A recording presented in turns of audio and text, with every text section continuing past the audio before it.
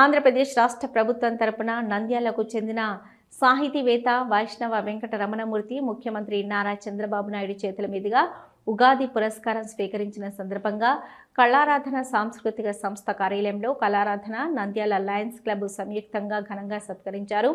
Nandyal Lions club అధ్యక్షులు సోమేశ్వర నాగరాజు అధ్యక్షతన మాతృభాష పరిరక్షణ సమితి కార్యదర్శి అన్నిం శ్రీనివాసరెడ్డి నిర్వహణలో జరిగిన కార్యక్రమంలో ప్రముఖ న్యాయవాది వెదుర్ల రామచంద్రరావు, కళారాధన వ్యవస్థాపక ప్రధాన కార్యదర్శి డాక్టర్ గుర్రాల రవికృష్ణ పాల్గొని రమణమూర్తిని సాల్వా జ్ఞాపికలతో ఘనంగా సత్కరించారు. ఈ సందర్భంగా వెదుర్ల రామచంద్రరావు మాట్లాడుతూ రమణమూర్తి చేసిన విశిష్ట సాహితీ సేవలను గుర్తించి రాష్ట్ర ప్రభుత్వం ఉగాది పురస్కారం ప్రకటించడం హర్షణీయమన్నారు. రమణమూర్తి అనేక కావ్యాలు రచించడమే కాకుండా పద్య సాహిత్య ప్రాచుర్యానికి చేసిన సేవలు విశిష్టమైనవని ప్రశంసించారు. డాక్టర్ రవికృష్ణ మాట్లాడుతూ రమణమూర్తి చిన్నయ్య సూరి సాహితీ సంస్థ ద్వారా తెలుగు సాహిత్య ప్రభావానికి చేసిన సేవలు చిరస్మరణీయమన్నారు. ఉగాది కళారత్న పురస్కారాలు గత సంవత్సరం నుంచి కూటమి ప్రభుత్వం పునరుద్ధరించడం పట్ల రాష్ట్రంలోని కళాకారులు సాహితీవేత్తలు హర్షం వ్యక్తం చేస్తున్నారని తెలిపారు.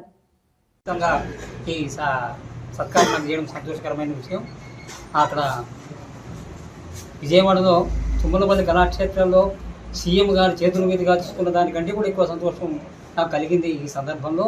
ఎందుకంటే ప్రముఖులైనటువంటి వాళ్ళు, నా పద్యాన్ని అభిమానించేటటువంటి వాళ్ళు, నా పద్యాన్ని పట్టాభిషేకం చేసినటువంటి మీకు అందరికీ కూడా నా నమస్కారం. ఎందుకంటే పద్యాన్ని గుర్తించినారు. నాకు ఈ సమున్నతమైన స్థానం కలగడానికి దోహదపడినటువంటి వాళ్లకు, నన్ను అభిమానించినటువంటి వాళ్లకు అందరికీ కూడా ఈ సందర్భంలో నేను కృతజ్ఞత తెలియజేస్తున్నాను.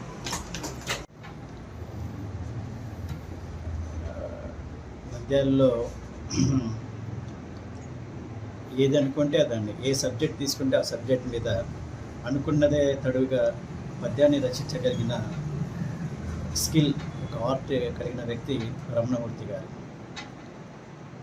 నా దగ్గరికి మొట్టమొదటిసారి కలిసినప్పుడు నన్ను చూసిన వెంటనే మీ మీద ఒక పద్యం రాస్తా అని చెప్పి వెంటనే పద్యం రాసి వినిపించారు.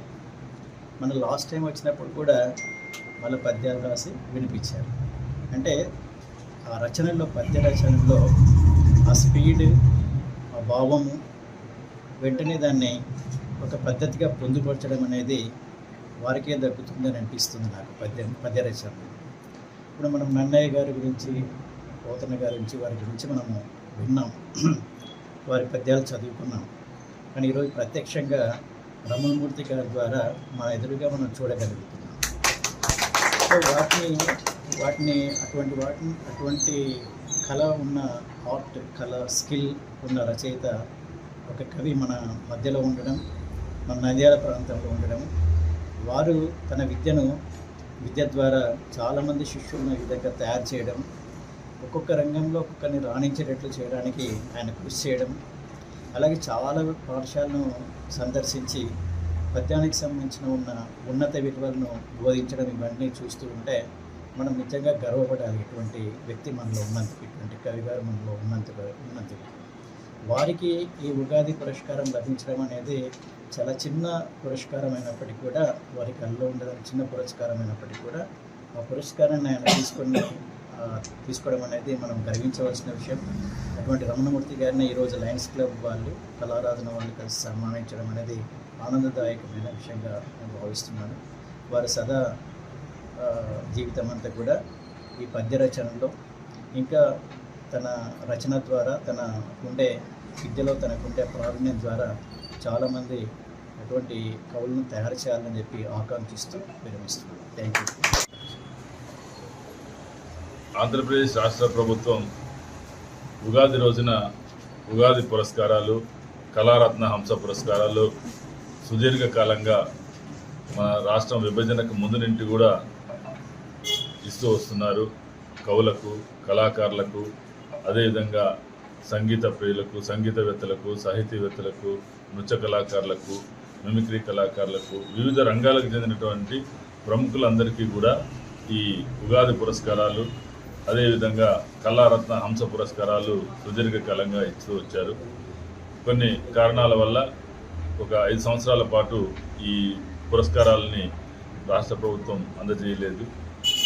ఈ ఇప్పుడున్నటువంటి కూటమి ప్రభుత్వం ఆంధ్రప్రదేశ్ రాష్ట్ర ముఖ్యమంత్రి గౌరవనీయులు నారా చంద్రబాబు నాయుడు గారు ముఖ్యమంత్రి అయిన తర్వాత రాష్ట్ర సాంస్కృతిక శాఖ మంత్రివర్యులుగా శ్రీ కందుల దుర్గేష్ గారు చేపట్టిన తర్వాత మొట్టమొదటి సంవత్సరమే ఉగాది రోజున దాదాపు 130 మందికి ఈ ఉగాది కళారత్న పురస్కారాలని తిరిగి పునరుద్ధరించడం రాష్ట్ర వ్యాప్తంగా ఉన్నటువంటి కళా సంస్థలకి, కళాకారులకి, సాహితీవేత్తలకి అందరికీ కూడా చాలా సంతోషకరంగా అనిపించినటువంటి సంఘటన. దాన్ని కొనసాగిస్తూ ఈ సంవత్సరం 2వ సంవత్సరం కూడా ఈ కళారత్న, హంస పురస్కారాలు, అదేవిధంగా ఉగాది పురస్కారాలు ఆంధ్రప్రదేశ్ రాష్ట్ర ప్రభుత్వం తరఫున అందరికీ ప్రతి ఒక్కరికి కూడా ముఖ్యమంత్రి గారే తన సొంతంగా అంటే ఆంధ్ర రాష్ట్ర ప్రజలందరి తరఫున ఇస్తున్నట్టుగా ముఖ్యమంత్రి గారు ఇస్తే బాగుంటుంది కాబట్టి ఆయన అంతమందికి ఇవ్వడం అనేది గొప్ప విషయం. దీంట్లో ఈ సంవత్సరం ప్రత్యేకించి నంద్యాలకు చెందినటువంటి గొప్ప సాహితీవేత్త చిన్నైసూరి సంస్థకి ఆయన అధ్యక్షులుగా విశేషమైనటువంటి సాహితీ కృషి చేసి తెలుగు పద్యానికి ఒక ఉన్నత స్థాయి కల్పించడానికి, విద్యార్థుల్లో ఈ పద్యం పట్ల ఆసక్తి పెంచడానికి, అనురక్తి పెంచడానికి విశేషమైన కృషి చేసి అనేక కావ్యాలు రచించినటువంటి గొప్ప వ్యక్తి రమణమూర్తి గారు. వారికి ఉగాది పురస్కారం రావడం నంద్యాలలో ఉన్నటువంటి సాహితీవేత్తలకి, కళాకారులకి, నంద్యాల ప్రజలందరికీ కూడా చాలా సంతోషకరమైనటువంటి విషయం, గర్వకారణమైన విషయం. వారిని సత్కరించుకోవడం అంటే మనం సాహిత్యాన్ని సత్కరించుకోవడమే. వారిని సత్కరించడం అంటే పద్యానికి ఒక కిరీటం పెట్టినట్టే, పద్యానికి పట్టాభిషేకం చేసినట్టే ఈయనను సత్కారం చేయడం అంటే. వీరు భవిష్యత్తులో ఆరోగ్యాలతో మరిన్ని కావ్యాలు, పద్యాలు రాసి ఇదే విధమైనటువంటి సాహితీ కృషి కొనసాగించాలని, అదేవిధంగా వీరి శిష్యులు అనేక మంది తెలుగు సాహిత్యం అభివృద్ధి కోసం విశేషంగా కృషి చేస్తున్నారు. వారందరూ ఇక్కడ కనిపిస్తున్నారు. వారి ఆధ్వర్యంలో భవిష్యత్తులో నంద్యాల ప్రాంతం కళారాధన ద్వారా ఏ విధంగా అయితే కళలకు ఒక కేర్ ఆఫ్ అడ్రస్గా, ఒక చిరునామాగా రాష్ట్రంలో గుర్తింపు పొందిందో, సాహిత్యంలో కూడా అన్ని సాహితీ సంస్థలతో కలిసి కళారాధన పనిచేస్తుంది. నంద్యాల సాహిత్యానికి కూడా ఒక కేంద్ర బిందువుగా భవిష్యత్తులో రాణించాలని కోరుకుంటూ దానికి కళారాధన తరపున చేయవలసినటువంటి కృషి అంతా కూడా చేయడం జరుగుతుందని తెలియజేస్తూ, మరొకసారి వీరికి పురస్కారం వచ్చినందుకు అభినందనలు తెలియజేస్తూ, వీరికి పురస్కారాన్ని ఇచ్చి గౌరవించినటువంటి ఆంధ్రప్రదేశ్ రాష్ట్ర కూటమి ప్రభుత్వానికి, ముఖ్యమంత్రి నారా చంద్రబాబు నాయుడు గారికి, ఉప ముఖ్యమంత్రి పవన్ కళ్యాణ్ గారికి, సాంస్కృతిక శాఖ మంత్రి కందుల దుర్గేష్ గారికి కళారాధన సాంస్కృతిక సంస్థ తరపున హృదయపూర్వక ధన్యవాదాలు తెలియజేస్తున్నాను. ఎంజే హాస్పిటల్ నంద్యాల పట్టణంలో అత్యాధునిక సదుపాయాలతో నిష్ణాతులైన వైద్యులచే అందరికీ అందుబాటులో అతి తక్కువ ఖర్చుతో వైద్యం అందిస్తోంది MJ hospital. Doctor Jasmine Sultana MBBS MS DGO, LSS laparoscopy, Netherlands, obstetrician and gynaecologist, గర్భిణీ మరియు స్త్రీ వ్యాధి నిపుణులచే హై రిస్క్ ప్రెగ్నెన్సీ, సాధారణ కాన్పులు, సిజేరియన్, ఫ్యామిలీ ప్లానింగ్ ఆపరేషన్, గర్భసంచి ఆపరేషన్, లాప్రోస్కోపీ ద్వారా ఆపరేషన్లు, సంతాన సాఫల్యం కొరకు చికిత్స చేయబడును. ఇప్పటి వరకు విజయవంతంగా 988 డెలివరీలు చేయడం జరిగింది. 75 నుండి 80% నార్మల్ డెలివరీలు చేయడం జరిగిందని తెలియజేయటకు సంతోషిస్తున్నాం. సుమారు 4 కేజీల బరువు గల కణితిని తీస్తూ మరో ప్రక్క 3.5 కేజీల బరువున్న శిశువును అతి కష్టమైన ఆపరేషన్ విజయవంతంగా బయటికి తీయడం జరిగింది. అత్యాధునికమైన operation theatre, labour room, emergency విభాగం, ఇంక్యుబేటర్ సదుపాయం, వెంటిలేటర్ సదుపాయం, అత్యాధునిక ఐసీయూ, ఆధునిక హంగులతో వెయిటింగ్ హాల్, ఆధునిక special AC rooms, sharing rooms, non AC rooms, అధునాతన లాబొరేటరీ, 24 గంటల ఫార్మసీ సదుపాయం, పేషెంట్స్ కొరకు లిఫ్ట్ సదుపాయం, విశాలమైన పార్కింగ్ సదుపాయం కలదు. చిన్నపిల్లల వైద్య నిపుణులు, లాప్రోస్కోపిక్ విభాగం మరియు అత్యవసర సేవలు అందించబడును. వివరాలకు సంప్రదించండి. MJ hospital, Sanjeev Nagar, Nandyal.